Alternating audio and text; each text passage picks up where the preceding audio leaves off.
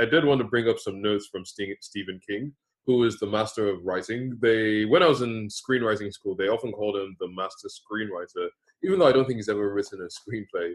So I think that same concept can apply to manga and comics. And he wrote a book called On Writing, which is his process on writing. And he spoke about constructing characters and how when he's constructing his characters, he really tries to, he personally, his own process is to think of people he knows and builds a fictional character around them to give them that feeling that they're real people. So, for example, I don't know if many people have heard of Carrie. It's one of his, I think it was his most popular book at a point in time. And I think they've made 2 film adaptations out of it. Anyway, it's a horror film about a psychic girl who gets pushed to the edge. That's all I will say. Oh, there we go. I remember. Yeah, I remember that movie, yes. Okay, cool. Brilliant. It's pretty dark. So when Stephen King was thinking of the character of Carrie, he thought to himself, I'm not a woman. I'm not a teenage girl. So how do I write a teenage girl? Because I think as a writer, there's often this temptation to write a character that's similar to yourself.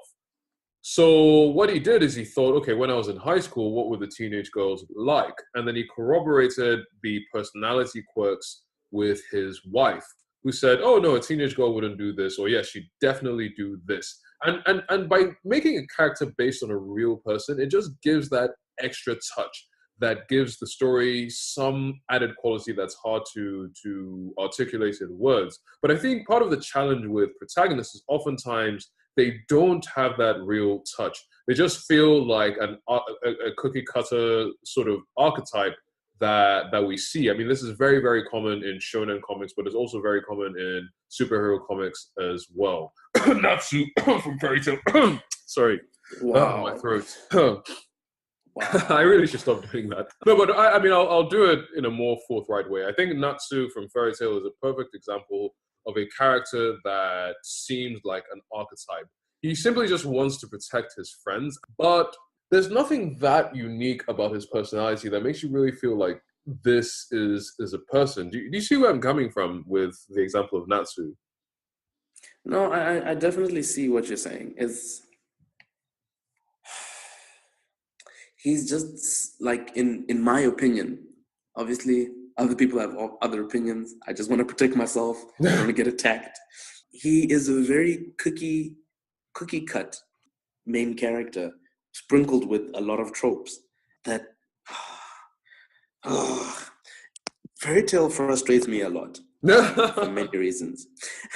And don't get me wrong, some people enjoy that. Some people just enjoy reliving the experience of certain archetypes and tropes. That's fine. I suppose but I suppose there's just nothing.